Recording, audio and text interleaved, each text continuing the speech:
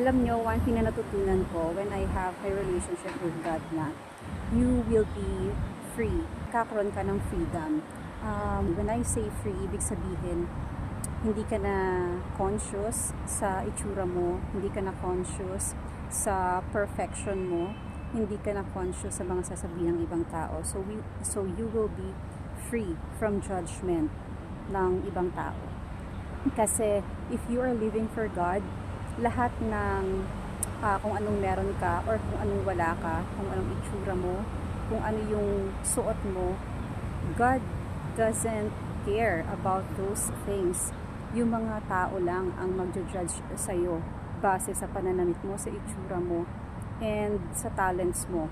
Tignan nyo sa mga churches, hindi naman lahat ng mga nagpa-participate ay perfect, di ba?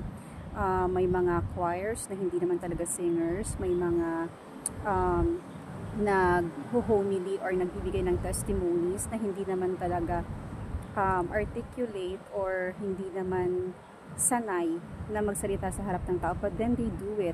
It's because wala silang pakialam. They don't care kung anong sabihin ng tao. Sabihin man nila na, ay hindi naman maganda yung boses, ay hindi naman magaling magsalita. Kasi hindi naman sila nabubuhay para sa judgment ng ibang tao.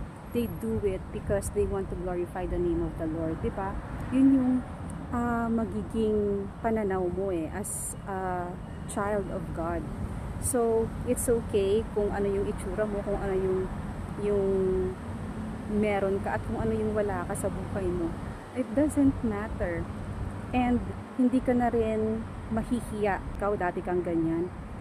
If you are in Christ na, kapag natanggap mo na si Lord as your Savior at siya na talaga yung God mo, alam nyo, yung mga yung shame na nararamdaman mo before kasi ganito, kasi ganyan ka, you don't have it anymore because you know that you are now white as snow. I-redeem ka ni God Lahat ng mga nagawa mo noon, washed away na yan. And kaya nawawala yung shame mo kasi you don't care about what people say anymore.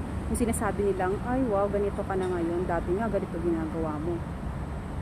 Yung ganun. So, para sa'yo, it doesn't matter anymore. Past is past.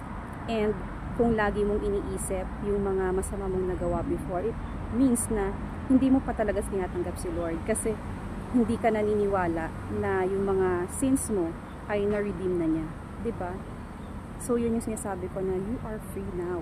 Kahit ano pang sabihin ng ibang tao sa'yo, it doesn't matter because you are living for God now, not for the judgment of other people. God bless you po.